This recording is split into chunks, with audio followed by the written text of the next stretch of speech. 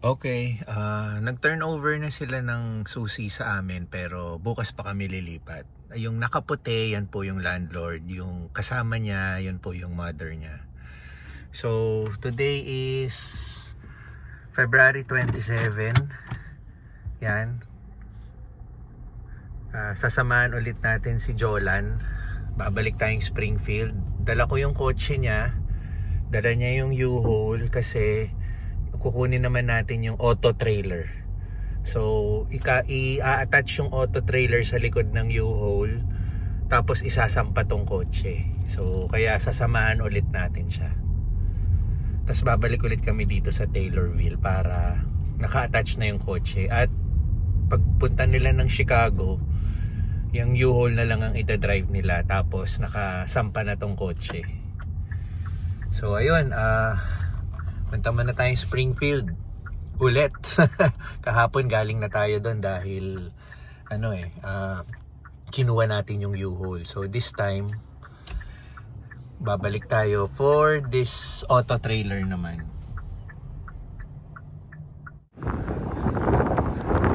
Kailangan mo na magpagas.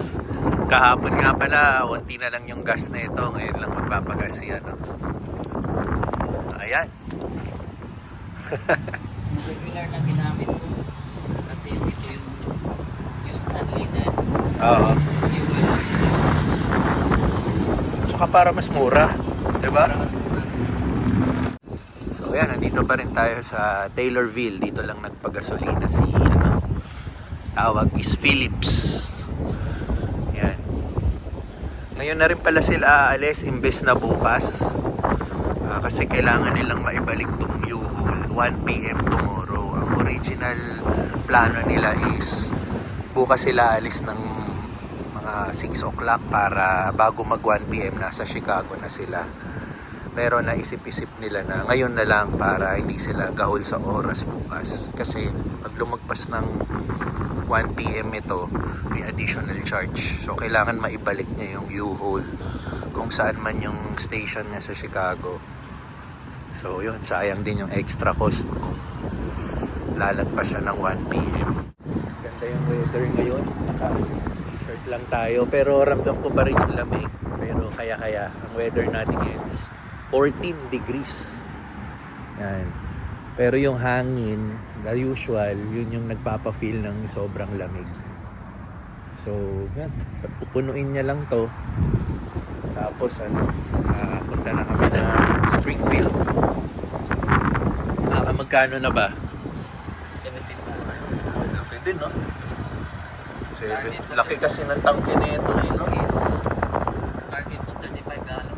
Oo. So, ibig sabihin, halos 100 na rin, $80. Kala ko abot Ano lang siya, 26 gallons. Pero almost empty na yung gas mo. parang di pa naman empty. Parang So, nasa mga almost 30 gallons na to. Yan. Okay. Pasok na ako dun. Malamig na. Naka-t-shirt lang ako eh. Na kami Springfield.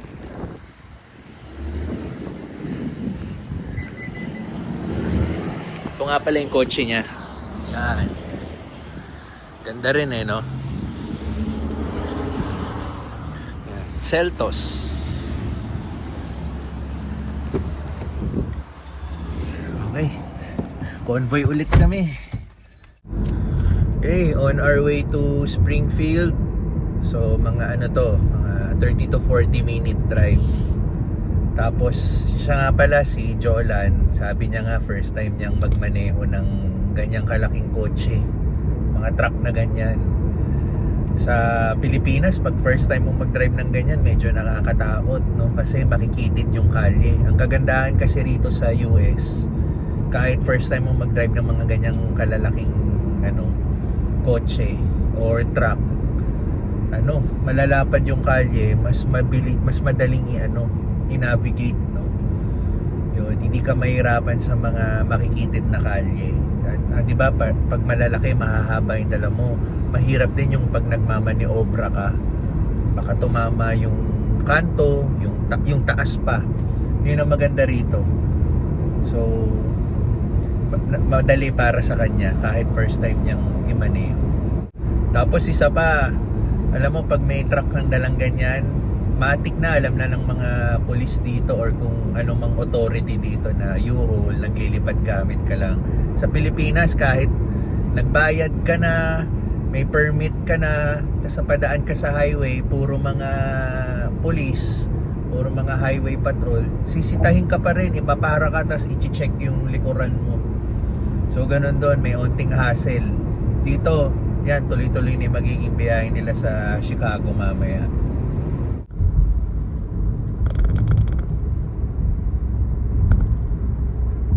Okay, nandito kami sa part ng Rochester on the way sa Springfield.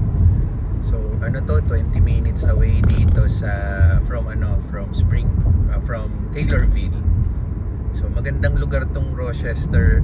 Yung naghahanap-hanap pa kami ng apartment and bahay, isa to sa kinonsider namin kung wala talaga kami makita sa Taylorville. Kasi maganda yung community dito. Sinasabi rin ng iba, medyo high-end nga to eh. So, isa lang to sa option namin, worst case scenario. Kung wala talaga kami mahanap. Pero since may nahanap na tayo, di ba? Okay din kasi yung lugar dito sa Rochester.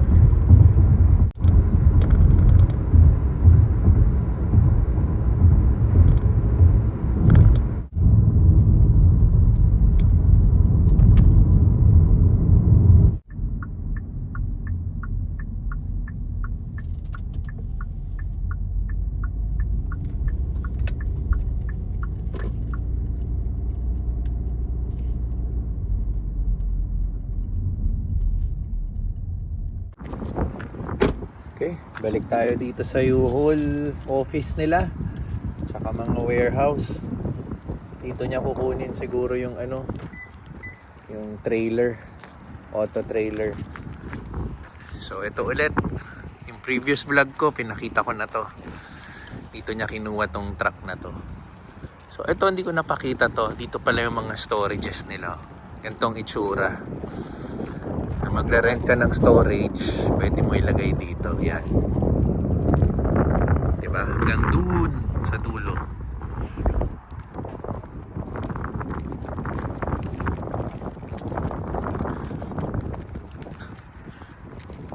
Ikaw lang na ibang parada. Lahat nakaharap pa. Ano? Dito mo kukunin? Dito? Sige, tingnan natin. Tayo dito sa office nila.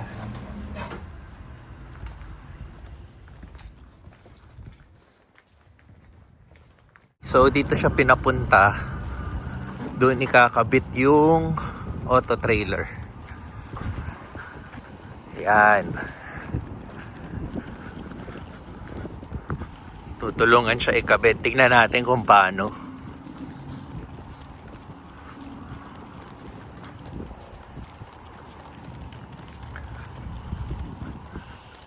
Medyo nahihirapan daw kasi siya umatras dahil wala kang nakikita sa umaasa lang siya sa side mirror.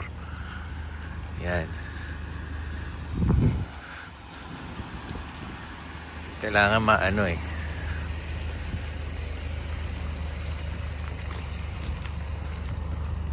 Oops. Yun, si kuya naman pala maglalagay. So heavy, ah? Yeah.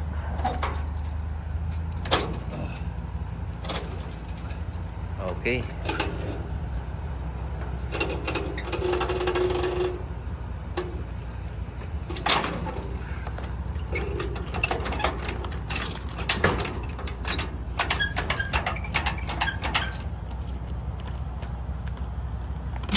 Yun.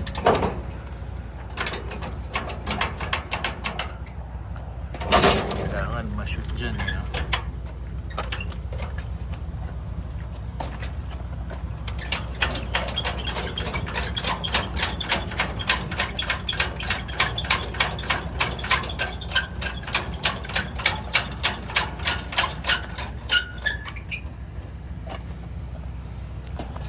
Oh, tulak ba?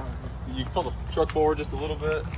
Oo, onting abante para sumut. Onting-onti lang.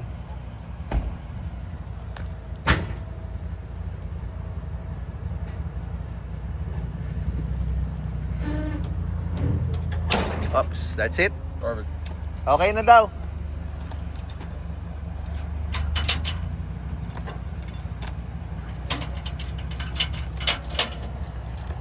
Super secure. Magkano ang renta nito? 128. Iba pa yung kahapon? Yun na yun, nabayaran ko. Kasama na yun. Okay. Kala ko iba na naman to eh. So yung kahapon ang binayad niya nasa $492. Just left and right. So yun, nasa $492 yung renta nito at kasama to. So dito natin isasampa yung kotse. Alright, the left. Sige, tingnan natin. Alright, you guys are all good to go.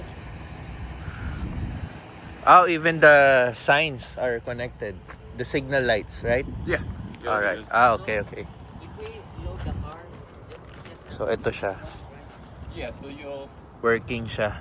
get this out, Yung pala yung silbi ng electrical na to. Yan. lay it flat that way. Connect Car dito. over it, pull these over the tire, and put them back through the. So then you pull them over, you put them through that loop right there, okay. just like that.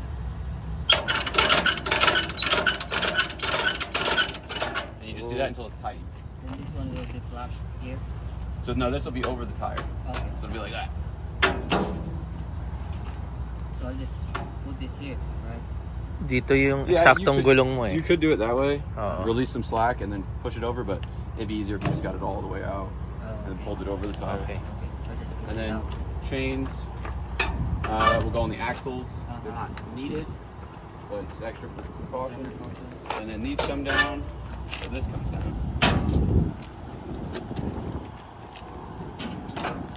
Okay. So you can get out after you drive it So out. Okay. I'll to take this out. So it will be easier. Parang ginagano niya kanina eh. Okay. Parang pinapump niya.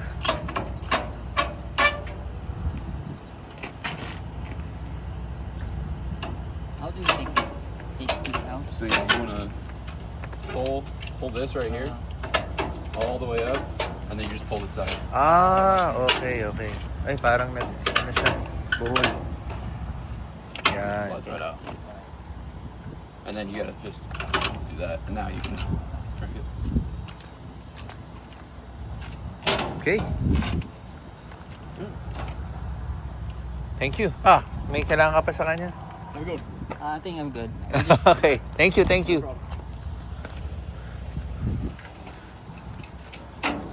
Ayan, gets mo na? or doon na lang natin i-load yung sasakyan. Oo, doon. Doon na lang sa- Gusto mo daling ko rito, mas maluwag dito. Dito na. Kaysa doon tayo mag no? Oo. Sige, kunin ko yung kotse. Kuha ka na lang ng space dito. Kunin na natin. Kasi kung doon pa namin ikakarga, baka mag-cause pa kami ng traffic. At least dito, walang masyadong dumadaan na sasakyan.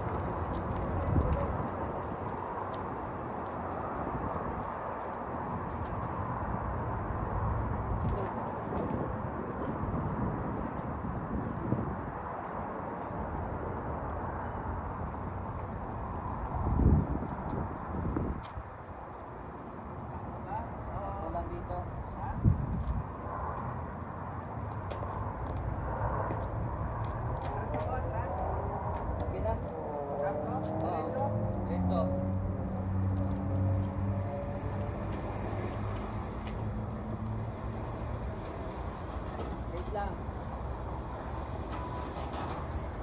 Sige.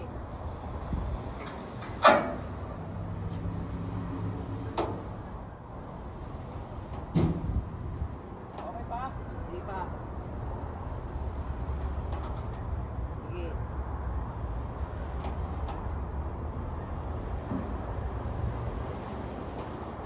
Pa. Kunti na lang. Sige. Sige. Good. Okay na yan? Okay na yan. Yan, panghigpit. Hali nakalapat siya na ganyan, no? Para secured yung gulong mo. Kahit malubak ka, nakasteady lang. Ayan. Dapat nasa center.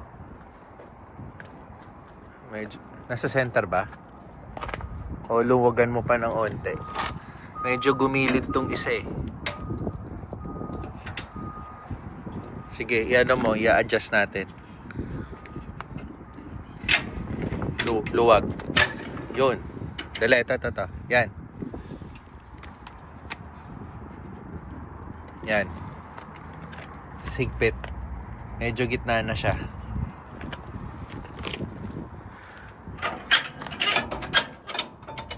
Yan. Gitna na siya. Secured. Tapos, pasok ko dito.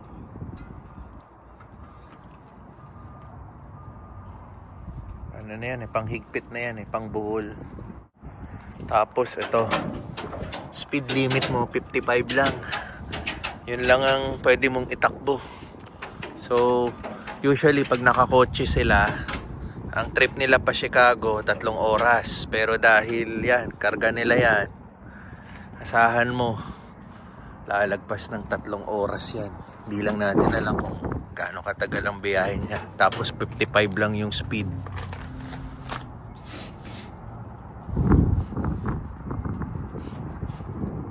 Yan, ayos na yan pag nahigpitan.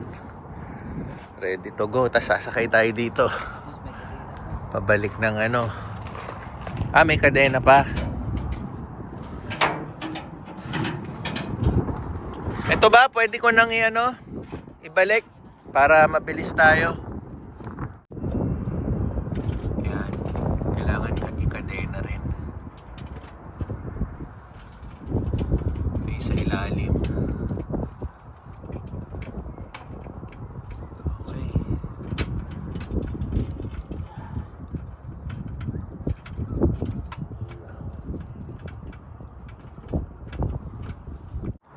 Bahay. Gilid. Pahinga muna bago drive ulit. Kaya talaga. Ito naman pag naka-pick up ka no? Naka-pick up ka. Maganda rin kung may pick up, matik na no? Yung pick up siguro may naka... May may bibilin edge ka na pang ata eh. Tsaka yung pick up mo yung mga heavy duty talaga, hindi yung mga maliliit. Pwede rin yan no? Okay, tara na ba? Okay, balik na kami. Taylorville. Ayos. Susi mo na sa'yo, no? Kotse? Oo. Okay. Yung susi ng sasakyan ito. Nag-target pa pala kayo, Nag-target kami kanina. Saan kayo pumunta kaninang Target? Sa Springfield. Pumunta na kayo dito kaninang umaga? Oo. Ba, ayos kayo Sikat eh. Hindi ka mapapagod yan, back and forth ka. Tapos hanggang maneho ka pa ulit Ngayon pa. Mag-maps ko na ako.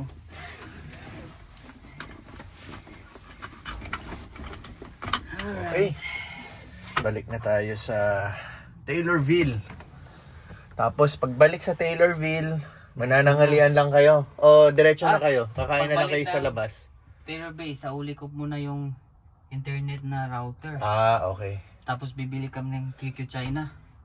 Okay, dito na kayo kakain. Pero wala akong, pakiram ba kami ng sasakyan? Pwede. Mag-drive tayo. Sige, gamitin natin yung kotse. Mag-drive tayo para sagarin na natin. Sagarin na. Oo. Tinanggal ko muna to Oo. Medyo. Ang problema pala sa side mirror, hindi kita yung kotse mo. I-adjust ko yan Baka pagbalik natin ng Taylorville nasa highway lang yung kotse na iwan, no? So, ayun. Ayun. Nakikita mo? Nakikita ko na. Okay. Pag lumili ko, pero pag straight, di mo kita, oh. Nakikita eh. Ayan yan, medyo kita siya, oh. Yun. So, di ko ako dito. Basta dahan-dahan lang tayo, basta makarating. 55 naman ang ano natin, Oo. Lalo na pag straight, pwede na. Dahan-dahan lang tayo sa mga curve. Tapos na. Okay.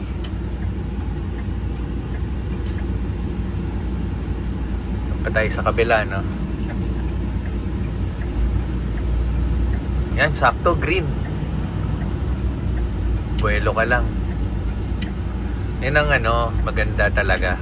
Buti malalawak ang kalye dito, no? Buti malalawak. O hindi na. Ang hirap sa Pilipinas na ito. Ayan, ang ating truck driver, Napasubo. Oh, malalaki sweldo ng truck driver dito, Malaki daw. Sabi ng Di ba? pinsan ko. Oo. Nag-driver kasi dito sa States. Yung disadvantage lang malayo. sa Ayun traffic. lang, oo. Parang lagi kang nasa malayo. Parang mabigat yung dala ko. Oh, basta dahan-dahan lang tayo.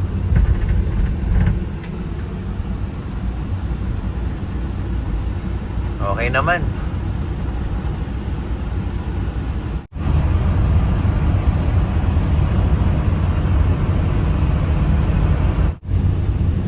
Okay, balik na kami sa Taylorville. Nandito na kami.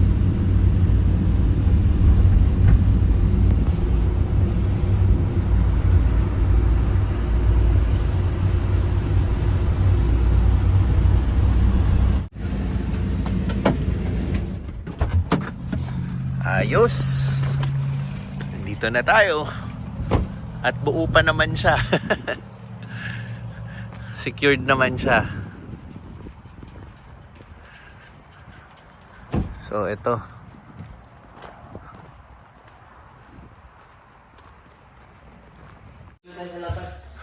Ayan na. Paalis na sila. Oh, di ba? Nabasa ko na, sorry. Okay lang. yan. Papunta na sila ng Chicago. Let me take a photo of you guys. With the Willis please. Wala na kayong gamit, ha? Ako, yung bago na lang. Pipicture pala muna. Nasa U-Haul, tapos kita yung Yan. Yan. Lapit naman kayo. Masyado malayo eh. Dito na. Yan. Okay, kasama yung U-Haul ah. 1, 2, 3. Okay. Ganda. Nasa cellphone niya eh. Oo, di ba? At least kita na yung U-Haul. Nasa kita yung back. No, ready na mag-drive, kaya. Hindi antokin. Hindi antokin. Oo.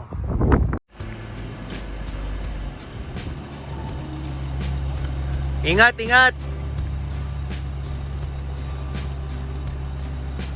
Yan, maayos naman yung pagkalagay namin. Yan, ganyan siya. Okay. Kita-kits tayo sa Chicago. Kat, alam ko mapapanood mo tong vlog tsaka Jolan. Kita-kits tayo.